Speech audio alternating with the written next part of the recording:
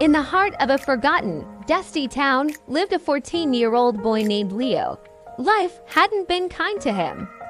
After his parents passed away, the weight of the world and the care of his four younger siblings landed squarely on his young shoulders. His days were a blur of mending torn clothes, stretching meager meals, and singing lullabies to chase away the hunger pangs of his little brother and three younger sisters. He was just a boy forced to become a man overnight. The townsfolk weren't much help. Instead of compassion, they offered whispers and scorn. Shopkeepers would shoo him away, neighbors would clutch their purses tighter when he passed, and other kids would mock his worn-out shoes and patched-up trousers.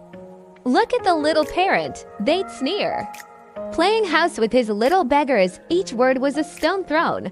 But Leo built a wall around his heart with them, a fortress to protect his family. His only goal was to see his siblings smile, to ensure they had a roof over their heads, even if it was leaky, and food in their bellies, even if it was just bread. One sweltering afternoon, while scavenging for scrap metal to sell, Leo stumbled upon an old, leather-bound book half buried near an abandoned workshop.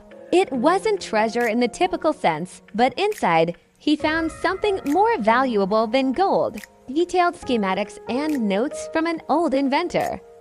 The pages were filled with designs for small, efficient machines and clever agricultural tools. A spark ignited in Leo's weary eyes. This wasn't just a book. It was a blueprint for a new beginning. Night after night, by the dim light of a single candle, Leo devoured the book. He started small, using discarded parts to build a simple, hand-cranked water pump for a small patch of land behind their rundown shack. The neighbors laughed. "Look at the dreamer, playing with junk," but soon, a vibrant green patch of vegetables emerged from the dry, cracked earth. For the first time in years, Leo and his siblings ate until they were full. Their laughter, once a rare melody, began to fill their small home. Empowered by this small victory, Leo's ambition grew. He used his newfound knowledge to build more complex devices. He created a small, paddle-powered generator to light their home and innovative irrigation systems for other struggling families who had shown him kindness. Word of the boy inventor started to spread, not with scorn this time, but with awe. People from neighboring towns came to see his creations, and soon, orders started pouring in. Leo, with the help of a kind old blacksmith who saw the fire in his eyes, started a small workshop. He hired others who were down on their luck, giving them a purpose and a steady wage. His siblings, now older, helped manage the growing business. His youngest sister, Lily, had a knack for numbers, while his brother, Sam, became his most trusted apprentice. They were no longer the beggar family. They were the heart of a thriving new industry. Years flew by. The boy who wore rags now wore well-tailored suits, not out of vanity, but as a symbol of his hard-won success. His company, Phoenix Innovations, became a national name, revolutionizing farming and small-scale energy. He built new homes, schools, and a community center in his town. The dusty, forgotten place was now a beacon of prosperity. One day, an old, well-dressed man came to his office. It was Mr. Henderson, the very shopkeeper who had once chased him away with a broom. He was now on the brink of bankruptcy and had come to beg for a loan. Leo listened patiently, his face unreadable.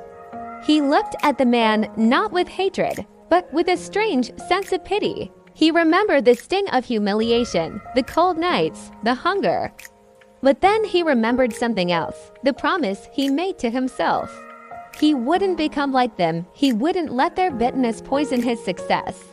Leo looked at the trembling man. "I remember you, Mr. Henderson," he said, his voice calm and steady.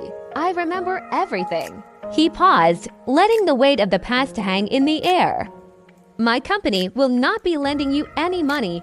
A flicker of satisfaction crossed Leo's face, but it was fleeting. Revenge wasn't about crushing his former tormentors. It was about rising so high that their whispers could no longer reach him. His true revenge was the school he built where their grandchildren now learned, the hospital that treated their illnesses, and the vibrant town square where they gathered, all bearing his family's name.